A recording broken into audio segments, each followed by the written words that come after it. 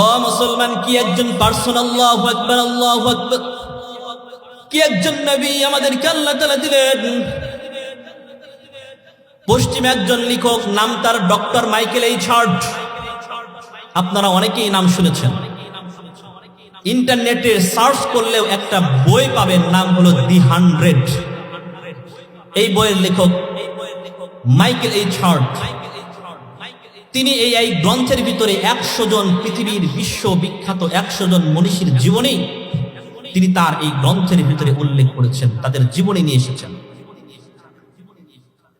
মুসলমান ভাইরা আমার কথাগুলি খুব ভালো করে বুঝবেন। ডক্টর মাইকেল এইচ হার্ট বলেন, আমি যখন আমার গ্রন্থটা লেখা শেষ করলাম, আমার গ্রন্থের ভিতরে যখন 100 জন মনীষীর জীবনী নিয়ে আসলাম, আমি চিন্তা করলাম আমার এই গ্রন্থের শুরুতে কার জীবনী নিয়ে আসবো, কার জীবনের মাধ্যমে আমার এই গ্রন্থটাকে শুরু করব। এক পর্যায়ে সিদ্ধান্ত নিলাম আমার এই গ্রন্থের শুরুতে এমন একজন ব্যক্তির জীবনী আমি আমার গ্রন্থের শুরুতে নিয়ে আসব, যিনি হবেন সর্বকালের সর্বশ্রেষ্ঠ, সর্বযুগের সর্বশ্রেষ্ঠ, যিনি হবেন সর্বোত্তম চরিত্রের অধিকারী, সর্বগুণে গুণান্বিত, এমনকি বাকি 99 জন মানুষের মডেল হিসেবে যিনি হতে পারবেন, এমন একজন ব্যক্তির জীবনী আমি আমার এই গ্রন্থের শুরুতে নিয়ে আসতে চাই। মুসলমান ভাইরা আমার, ডক্টর মাইকেল এইচ হার্ট বলেন, এবার আমি একটা কমিটি গঠন করলাম। তাদেরকে দিয়া দীর্ঘদিন পর্যন্ত আমি রিসার্চ করলাম, গবেষণা করলাম। গবেষণা করে রিসার্চ করে শেষ পর্যন্ত সিদ্ধান্ত নিলাম, পুরা কমিটির সবাই আমার সাথে একমত হলো যে আমার এই গ্রন্থের শুরুতে এমন কারো জীবনেও যদি স্থান পাই যিনি বাকি 99 জনের মডেল হতে পারে, এমন কেউ যদি থাকে তাহলে সে অ্যারিস্টটল নয়, আইনস্টাইন নয়, আব্রাহাম লিঙ্কন নয়, মেলথাস নয়, শেক্সপিয়ার নয়, লেনিন স্ট্যালিন নয়, রবীন্দ্রনাথ ঠাকুর নয়, কাজী নজরুল ইসলাম নয়, এমনকি সে ছিল খ্রিস্টান। সে বলে না না না, আমার নবী ঈসা নয়, মুসা নয়, আমার এই গ্রন্থের শুরুতে এমন কোয়ালিটিতে কোয়ালিফাইড যদি কেউ পার হতে হয়ে থাকে তাহলে তিনি হলেন বিশ্ব নবী মুহাম্মদুর রাসূলুল্লাহ। আল্লাহু আকবার। শুধু তাই নয়, তিনি তার গ্রন্থের ভিতরে আমার রাসূলের জীবনের দিক থেকে ইন্ট্রোডাকশনের ভিতরে তিনি কথা বলতে বাধ্য হয়েছেন, কথা বলেছেন, the Prophet Muhammad sallallahu alaihi wasallam was not a ordinary person, was not a ordinary prophet, but he is a model for whole mankind. নবী মুহাম্মদ তিনি শুধুমাত্র একজন নবী নয়, শুধুমাত্র একজন সাধারণ কোনো মানুষ নয়, তিনি হলেন but he is a model for whole mankind. সারা পৃথিবীর সমস্ত মানুষের জন্য তিনি হলেন উত্তম আদর্শ, তিনি হলেন মডেল, তিনি হলেন আইডল, তিনি হলেন বিশ্বনবী মুহাম্মদুর রাসূলুল্লাহ সাল্লাল্লাহু আলাইহি ওয়াসাল্লাম। কি একজন নবী, আল্লাহু আকবার। হাই, আমি শুধু আপনাদেরকে একটা কথা, যে কথাটা আমি শুধু বুঝাইতে চাইতেছি সেটা হলো, আমি আজকে আপনাদেরকে যে কথাটা বুঝাইতে চাইবো সেটা হলো, আমার রাসূলের মতো কোনো হিউম্যানিটি, কোনো পার্সোনালিটি এই পৃথিবীতে না ছিল, না আছে, না ভবিষ্যতে কখনো আসতে পারে, এমন কেউ আসতে পারবেও না, এখনো নাই, ভবিষ্যৎ অতীতেও কেউ ছিল না, কখনোই ছিল না। কিন্তু হাই, পুরা কপাল মুসলমানদের।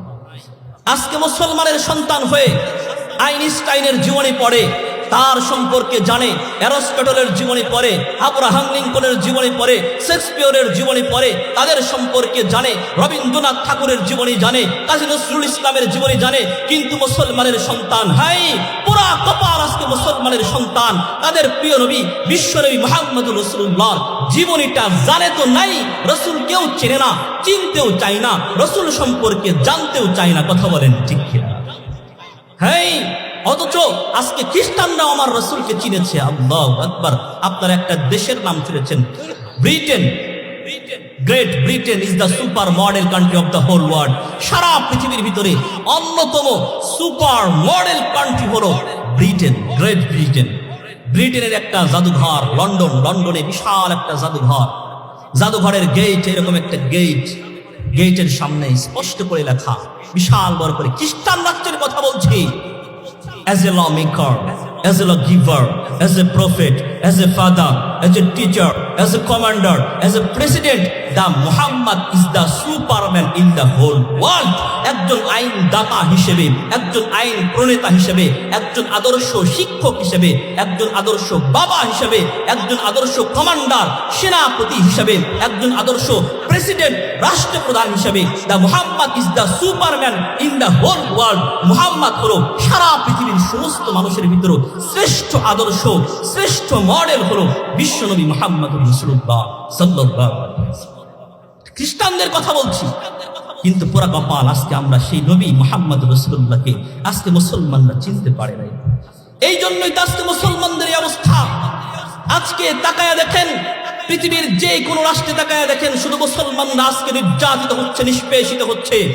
আজকে আরাকানে ভূখণ্ড মুসলমানের রক্তরঞ্জিত, চেচনিয়া বসনিয়ার ভূখণ্ড মুসলমানের রক্তরঞ্জিত, আফগানিস্তানের ভূখণ্ড মুসলমানের রক্তরঞ্জিত, ফিলিস্তিনের ভূখণ্ড মুসলমানের রক্তরঞ্জিত, এমনকি আমার পাশের রাষ্ট্র ভারতেও আজকে মুসলমানরা নির্যাতিত, চতুর্দিকে নির্যাতিত আর নির্যাতিত। একটাই কারণ, মুসলমানের সন্তানরা আজকে আমার নবীর আদর্শকে ছেড়ে দিয়া পশ্চিমা সংস্কৃতিকে আঁকড়ে ধরেছে, পশ্চিমা কালচার নায়ক আর গায়কদেরকে আঁকড়ে ধরেছে। এই জন্য আজকে মুসলমানদের এই অধঃপতন শুরু হয়েছে। কথা বলেন ঠিক কিনা? এই জন্য আজকে আমি আপনাদেরকে আমার নবীকে আজকে একটু চেনাইতে চাই বিভিন্ন সাইট থেকে। যদি আমার সময় হয়, আমি বিভিন্ন ধর্মীয় গ্রন্থ থেকেও আমি আপনাদেরকে আমার নবীর কথা, বিভিন্ন ধর্মীয় গ্রন্থেও আছে, তারাও আজকে আমার নবীর কথা বলতে বাধ্য হচ্ছে। পৃথিবীতে আমি আরো একটু পরে আপনাদেরকে বলছি, রিপোর্ট বলছি, বর্তমানে ফ্রান্সে প্রায় প্রতি বছর 1.5 লক্ষ মানুষ কালিমা পড়ে মুসলমান হয়ে যাচ্ছে। কেন হচ্ছে আমি আপনাদেরকে সামনে বলবো। আসুন, আগে আমার রসুলের, আমি এমনি এলোপাথারি কথা বলা আমি পছন্দ করি না। যে বিষয় নিয়েছি, এই বিষয়ের একদম পার্ট টু পার্ট আমি আস্তে আস্তে আপনাদেরকে এগিয়ে নিয়ে যাবো ইনশাআল্লাহ। আপনারা থাকবেন তো ইনশাআল্লাহ? উঠে যাবেন না তো ইনশাআল্লাহ? I want to response. আসলে একটু সারা লাগবে, কথা বলবেন, পারবেন তো ইনশাআল্লাহ? আসুন আমার রসুলকে একটু চিনি। সর্বপ্রথম রসুলের জন্ম থেকে শুরু করি। হাই, কি একজন পার্সন আল্লাহ তাআলা আমাদেরকে দিয়েছেন। রাসূল সাল্লাল্লাহু আলাইহি ওয়াসাল্লামের চাচা আবু তালেব বিশ্ব নবীকে ডাক দিয়ে বলেন, ভাতিজা, তুমি যে জীবনে অনেক বড় কিছু হবে, এটি আমি তোমার জন্মের প্রথম দিনেই বুঝে গিয়েছিলাম। বিশ্ব নবী বললেন, কিভাবে? বলে, আমি তোমার মায়ের কাছ থেকে এমন কিছু বিষয় শুনেছি এবং আমি নিজে এমন কিছু বিষয় দেখেছি, আমার বিশ্বাস হয়ে গিয়েছিল যে তুমি সাধারণ কোনো মানুষ নও, তুমি ভবিষ্যতে অনেক বড় কিছু হবে। তো বিশ্ব নবী বললেন, হে চাচা, আপনি কি শুনেছেন আর কি দেখেছেন আমাকে একটু বলেন না। চাচা ভাতিজাকে ডাকতে বলে, ভাতিজা, তোমার মায়ের কাছ থেকে শুনেছি, তুমি যখন তোমার মায়ের পেটের ভিতরে আসলা, তোমার মা যখন ঘর থেকে বের হয়, যেদিন তুমি তোমার মায়ের পেটের ভিতরে এসেছো, সেদিন থেকেই তোমার মা যখন ঘর থেকে বের হয়, রোদ্রের ভিতরে বের হওয়ার সাথে সাথে মরুভূমির ভিতরে কোথাও ছায়া নাই, কিন্তু তোমার মায়ের উপরে একটা মেঘ এসে সবসময় তোমার মাকে ছায়া দিতে। শুধু তাই নয়, তোমার মা যখন তোমাকে পেটের ভিতরে নিয়া কূপের পানি উঠাইতে যাইতো, অনেক কষ্ট করে কূপের পানি উঠানো লাগে, কূপের পানি যখন উঠাইতে যাইতো, তোমার মা কূপের কাছে যাইতে দেরি, কূপের পানি আপনা আপনি উপরে উঠতে দেরি করে নাই। শুধু কি তাই? শুধু তাই নয়, তোমার মা, তুমি যখন তোমার মায়ের পেটের ভিতরে এসেছো, তোমার মা যখন তার জবান থেকে, মুখ দিয়ে যখন থুতু ফেলে, সেই থুতু থেকেও সুঘ্রাণ আসতে থাকে, সুঘ্রাণ। কি একজন পার্সন! ভাতিজা শোনো, তোমার জন্মের ঘটনা বলি, ভাতিজা শোনো, তোমার মায়ের কাছ থেকে শুনেছি, দুনিয়ার বাচ্চারা যখন এই পৃথিবীতে আসে, তার মায়ের পেইন হয়, ব্যথা হয়, কিন্তু ভাতিজা, তুমি যখন পৃথিবীতে এসেছো, জন্মের সময়ও তুমি তোমার মাকে কষ্ট দাও নাই, কষ্ট দাও। তোমার মায়ের কোনো পেইন হয় নাই, ব্যথা হয় নাই।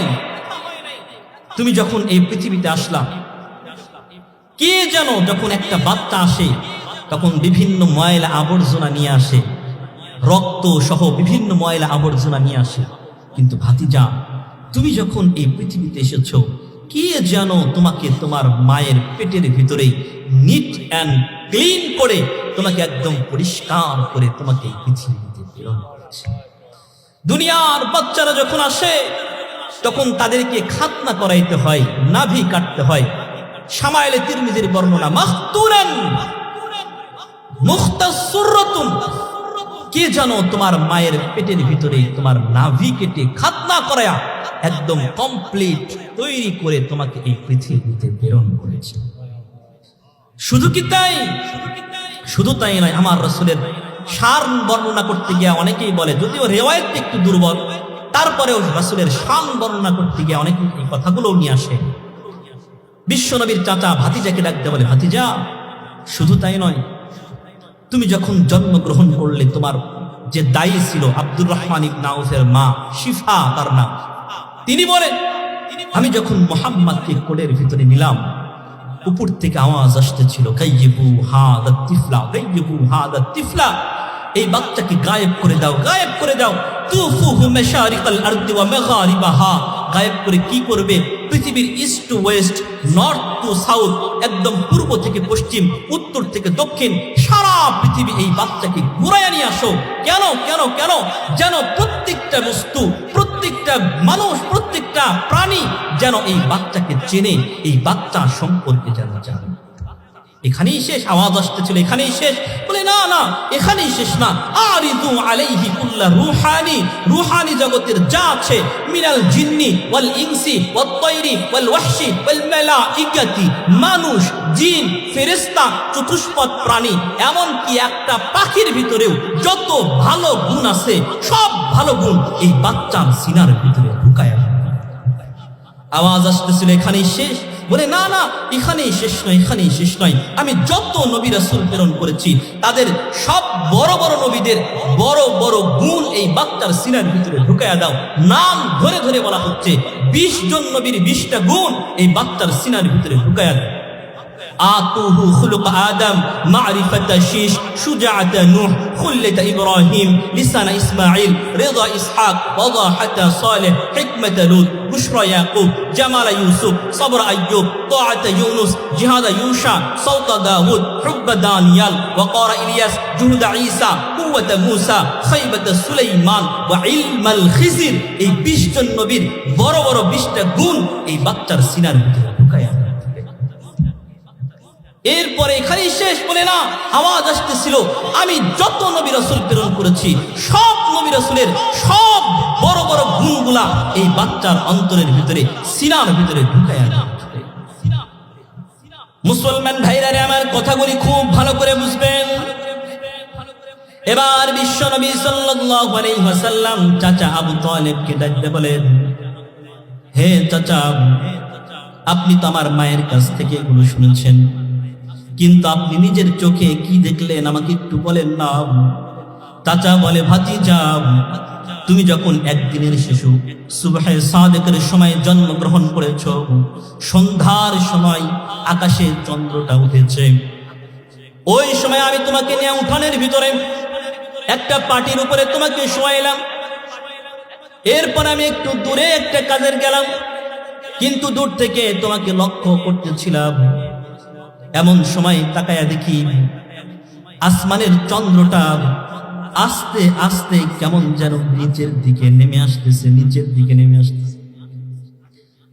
খশিতু আইয়াকা আলাইক, আমি ভয় পেয়ে যাচ্ছিলাম, না জানি তোমার উপরে আকাশের চন্দ্রটা পড়ে যায়। এমন সময় তাকায়া দেখি তোমার মাথার কাছে এসে তোমার হাত পায়ের নাড়ানিতে চন্দ্রটা ড্যান্সে লিপ্ত হয়ে গেছে।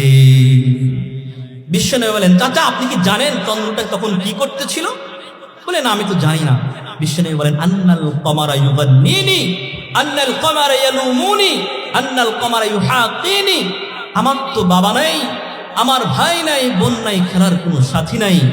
এই জন্য আল্লাহ তাআলা আসমানের চন্দ্রটাকে প্রেরণ করে দিয়েছে। আসমানের চন্দ্রটা এসে আমাকে গান গেয়ে গিয়ে ডান্স করে করে আমাকে ঘুম পাড়ায়া দিচ্ছিল। সুবহানাল্লাহ! কি একজন পারসন, কি একজন রাসূল আল্লাহ তাআলা আমাদেরকে দিয়েছেন। আমার হাতে সময় খুবই কম, আমি অনেক কয়েকটা বিষয় আপনাদের সামনে উপস্থাপন করার ইচ্ছা পোষণ করেছি। আমি একটু আরেক দিকে যেতে চাই, তার আগে একটা কথা আপনারা বলেন তো, এই পৃথিবীতে আল্লাহ পাক রব্বুল আলামিন আমার রাসূলকে যখন প্রেরণ করেছেন, আজকে আপনাকে যদি বলা হয়, আমাকে যদি বলা হয়, বলেন তো যে আপনার বাবার নাম কি? আমরা বলতে পারি, ঠিক কিনা? দাদার নাম বলতে পারি, তার দাদার নাম, তার দাদার নাম আর বলতে পারি, এরপরে আর আমরা বলতে পারি না। আমার এরপরে তারা মুসলমান ছিল না, খ্রিস্টান ছিল না, কোন জাতি ছিল আমরা নিজেরাও জানি না, কথা বলেন ঠিক কিনা? কিন্তু আমার রাসূলের উপরে, চরিত্রের উপরে যেন কোনো রকমের কালিমা লিপন না হয়, কোন রকমের দাগ যেন কেউ, আচর যেন না আসে, এই জন্য আমার নবী, বিশ্ব নবী সাল্লাল্লাহু আলাইহি ওয়াসাল্লামের বংশধারাকে আল্লাহ তাআলা কিভাবে সংরক্ষণ করেছেন একটু শোনেন। বিশ্ব নবী সাল্লাল্লাহু আলাইহি ওয়াসাল্লামের বাবার নাম কি বলতে পারেন কি আপনারা? আব্দুল্লাহ। কি? আব্দুল্লাহ। আব্দুল্লাহ থেকে নিয়ে হযরত আদম আলাইহিস সালাম পর্যন্ত যত পুরুষের আদম আলাইহিস সালাম পর্যন্ত, আবার আমিনা থেকে নিয়ে তার মা, তার মা, তার মা, এভাবে হাওয়া আলাইহিস সালাম পর্যন্ত যত মহিলার মাধ্যমে বিশ্বনবী এসেছেন, এই যে পুরুষের সিরিয়াল আর মহিলার সিরিয়ালের ভিতরে একজন পুরুষ এবং মহিলাকেও যুগ যাই হোক না কেন, তারা যাই করুক না কেন, কিন্তু তাদের উপরে কখনোই চারিত্রিক দিক থেকে কোন রকমের অভিযোগ কেউ কখনোই করতে পারে নাই। কারণ তাদের বংশে আমার নবী, বিশ্ব নবী সাল্লাল্লাহু আলাইহি ওয়াসাল্লাম আসবে। শুধু তাই নয়, তাদের নাম পর্যন্ত এখনো পর্যন্ত আল্লাহ তাআলা সংরক্ষণ করে রেখেছেন। এখনো পর্যন্ত আমার নবীর নাম মুহাম্মদ, তার বাবার নাম আব্দুল্লাহ, মুহাম্মদ বিন আব্দুল্লাহ, তার বাবার নাম আব্দুল মুত্তালিব, মুহাম্মদ বিন আব্দুল্লাহ বিন আব্দুল মুত্তালিব বিন হাশিম বিন আব্দ মানাফ বিন কুসাই বিন কিলাব বিন মুররা বিন কাব বিন লুয়াই বিন গালিব বিন ফিহার বিন মালিক বিন নজর বিন কিরানা বিন খুজাইমা বিন মুদরিকা বিন ইলিয়াস বিন নজর বিন মুজার বিন মাদ বিন আদনান বিন উদ বিন মুকাওয়িম বিন তারিখ বিন ইয়াশরাব বিন ইয়ারাব বিন সাবিত বিন ইসমাঈল বিন ইব্রাহিম আলাইহিস সালাতু ওয়াস সালাম। এইভাবে আদম আলাইহিস সালাম পর্যন্ত এখনো পর্যন্ত প্রত্যেকের ইতিহাস, প্রত্যেকের নাম এখনো পর্যন্ত আল্লাহ তাআলা সংরক্ষণ করে রেখেছেন। কিন্তু এত প্রোটেকশন দিয়া তাদের কাউকে চরিত্রহীন হতে দেয় নাই, কারণ তাদের কাছে আমার নবী আসবে, তাদের কাছে আমার নবী আসবে। তাহলে বলেন তো, সেই নবীর চরিত্রে কোনো সমস্যা থাকার কোন রকমের কোনো সন্দেহ আছে? কথা বলেন না আছে? মুসলমান ভাইরা আমার, অথচ আমরা মাঝে মধ্যেই দেখি আমার নবী, বিশ্ব নবী সাল্লাল্লাহু আলাইহি ওয়াসাল্লামের চরিত্র নিয়ে বিভিন্ন সময় কাফের, মুশরিক, বেঈমান, নাস্তিকেরা আমার রাসূলের চরিত্র নিয়ে অনেক কথা বলে, আমার রাসূলের চরিত্রের বিরুদ্ধে কথা বলে। কথা বলেন ঠিক কিনা? আমরা স্পষ্ট ভাষায় বলছি, আমরা আমার বাবার বিরুদ্ধে কথা বললে সেটা মেনে নিতে পারি, আমার দলের বিরুদ্ধে কথা বললে মেনে নিতে পারি। তুমি আমার যে কোনো কিছুর বিরুদ্ধে কথা বলো, আমাকে হত্যা করতে পারো, তারপরেও কিছুই বলবো না। কিন্তু আমার রাসূলের বিরুদ্ধে, আল্লাহর বিরুদ্ধে, কোরআনের বিরুদ্ধে, ইসলামের বিরুদ্ধে কথা বললে কোনো মুসলমান কখনোই পশ্চিমকালেও মেনে নিতে পারে না। কথা বলেন ঠিক কিনা? কিছুদিন আগে ভারতের এক হিন্দু আমার রাসূলের চরিত্র নিয়ে বিভিন্ন রকমের কুরুচিপূর্ণ মন্তব্য করেছে। কথা বলেন, আপনারা জানেন কিনা? অথচ হিন্দুরা আজকে আমার রাসূলের চরিত্র নিয়ে কথা বলে, অথচ তাদের ধর্মীয় গ্রন্থ তারা কখনো খুলে দেখে না। তাদের ধর্মীয় গ্রন্থের ভিতরে আমার রাসূলের চরিত্রের কথা, আমার রাসূলের কথা বলা হয়, আমার রাসূলের প্রশংসা তাদের ধর্মীয় গ্রন্থের ভিতরে করা হয়, আর তারা আমার রাসূলের বিরুদ্ধে কথা বলে। চলুন আজকে আমার রাসূল যে, তারা বিভিন্ন ধর্মীয় গ্রন্থের ভিতরে আমার রাসূলের কথা, রাসূলের চরিত্র এবং রাসূলের প্রশংসা বিভিন্ন ধর্মীয় গ্রন্থের ভিতরে যে আছে, আমি আজকে এটা প্রমাণ করব এবং আপনাদের সাথে নিয়ে এই কথাটা আমি স্পষ্ট করব ইনশাআল্লাহ। ওয়া মা তাওফীক ইল্লা বিখাশিয়াতিল্লাহ। সর্বপ্রথম চলেন, যেহেতু হিন্দুরাই বেশি লাফালাফি করে, হিন্দুদের ধর্মীয় গ্রন্থটা একটু আমরা খুলে দেখি। হিন্দুদের যুগ হলো 4টা। আপনারা কি বিরক্ত হচ্ছেন? কথা বলেন, বিরক্ত হচ্ছেন? হিন্দুদের যুগ হলো 4টা: সত্য, ক্রেতা, দাপর, কলি। খুব ভালো করে বুঝবেন, সত্য, ক্রেতা, দাপর, কলি। তাদের ধর্মীয় গ্রন্থ অনুসারে এই 4 যুগে 10 জন অবতার আসবে। অবতার অর্থ পথ প্রদর্শক, যাকে আমরা বলি নবী বা রাসূল। 10 জন নবী আসবে, রাসূল আসবে।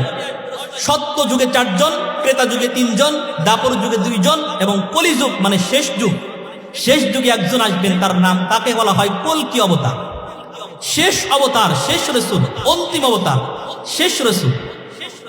তো শেষ রাসূল যে আসবে তার একটা পরিচয় তাদের ধর্মীয় গ্রন্থের ভিতরে তুলে ধরা হচ্ছে। তাদের ধর্মীয় গ্রন্থের ভিতরে সবচাইতে গ্রহণযোগ্য ধর্মীয় গ্রন্থের একটি হলো বেদ। বেদ আবার 4 প্রকার: ঋগ্বেদ, অথর্ববেদ, যজুর্বেদ, সামবেদ। ঋগ্বেদের 1 নম্বর মন, 18 নম্বর সূক্তের 9 নম্বর মন্ত্রে আমার নবীর কথা বলা হচ্ছে।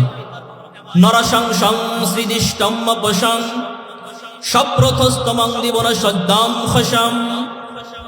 হে পৃথিবীর হিন্দুরা শুনে রাখো, শুনে রাখো, তোমরা যদি কাউকে অন্তিম অবতার মানতে চাও, শেষ রাসূল মানতে চাও, তাহলে তাকে মানবা যার নাম হবে নরসংস, যার বাংলা হলো প্রশংসিত, আরবি হলো মুহাম্মদ। আল্লাহু আকবার।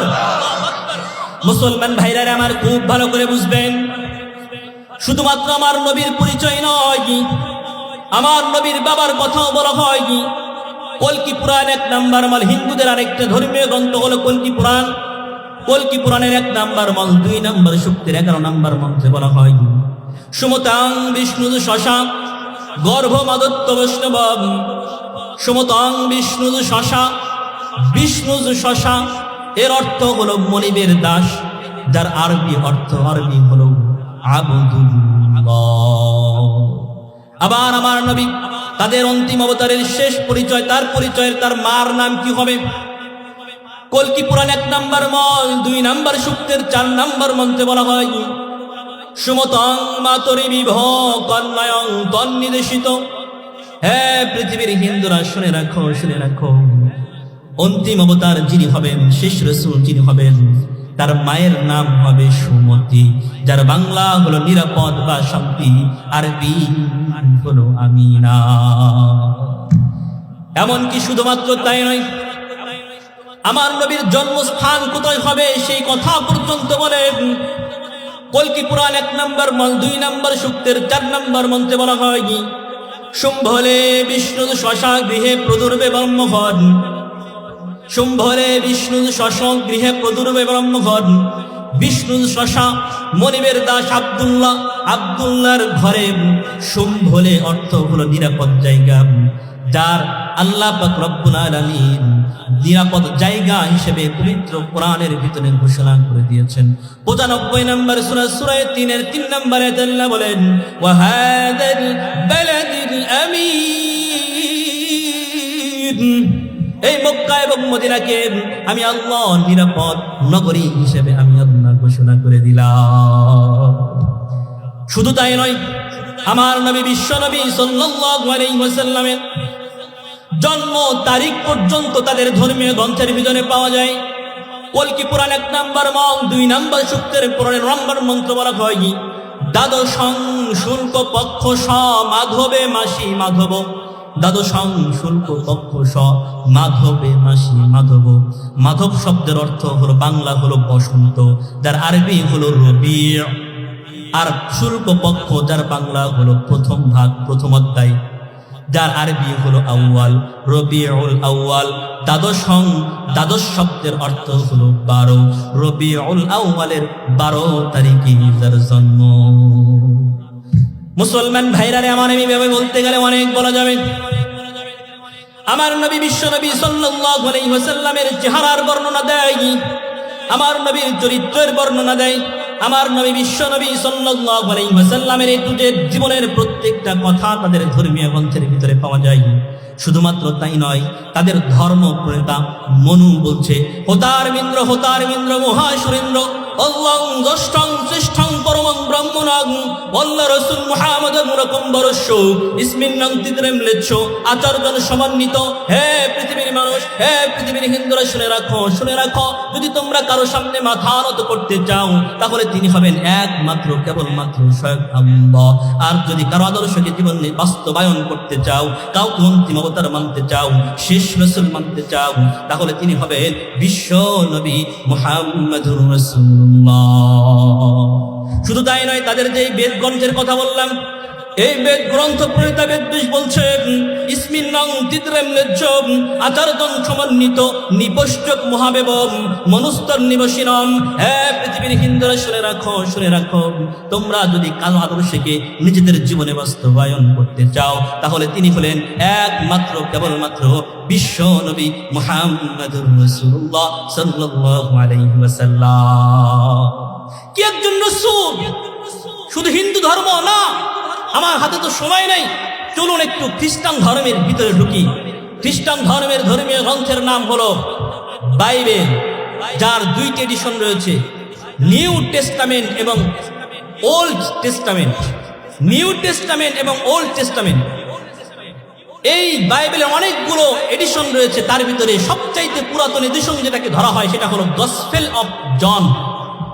তার 119 নম্বর পৃষ্ঠায় তারা বলছে যে তাদের ঈশ্বর মসিহ অর্থাৎ ঈসা আলাইহিস সালাম সম্পর্কে বলছে। ঈসা মসিহ তিনি, ওই গ্রন্থের ভিতরে লেখা হচ্ছে যে হে আল্লাহ, আপনি আমার পরে একজন সাহায্যকারী প্রেরণ করবেন যার নাম হবে পিরাক্লিস, যেটা গ্রিক ভাষায় হলো পিরাক্লিস, যার বাংলা হলো যার প্রশংসা করা হয়, আর আরবি হলো মুহাম্মদ। সুবহানাল্লাহ ওয়া বিহামদিহি।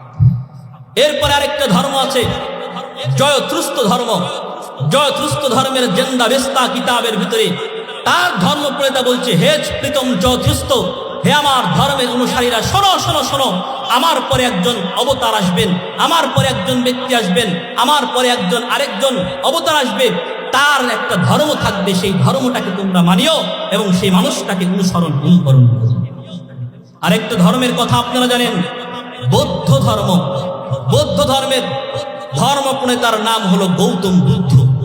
তাদের তো কোনো ধর্মীয় গ্রন্থ নাই, ওই গৌতম বুদ্ধের জীবনী নিয়ে একটা গ্রন্থ তারা তৈরি করেছে, নাম হলো গসপেল অফ বুদ্ধা।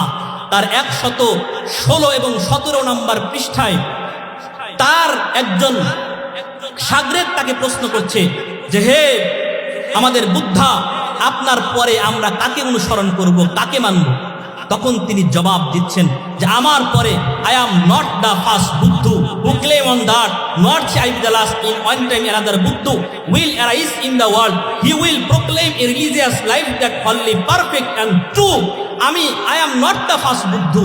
আমি প্রথম বুদ্ধ নই, আমার পরে একজন বুদ্ধ এই পৃথিবীতে আসবেন, যিনি একটি ধর্ম প্রচার করবেন, যে ধর্মটা সত্য এবং সঠিক। তোমরা সেই ধর্মটাকে মানিও, সেই মানুষটাকে তোমরা অনুসরণ করো।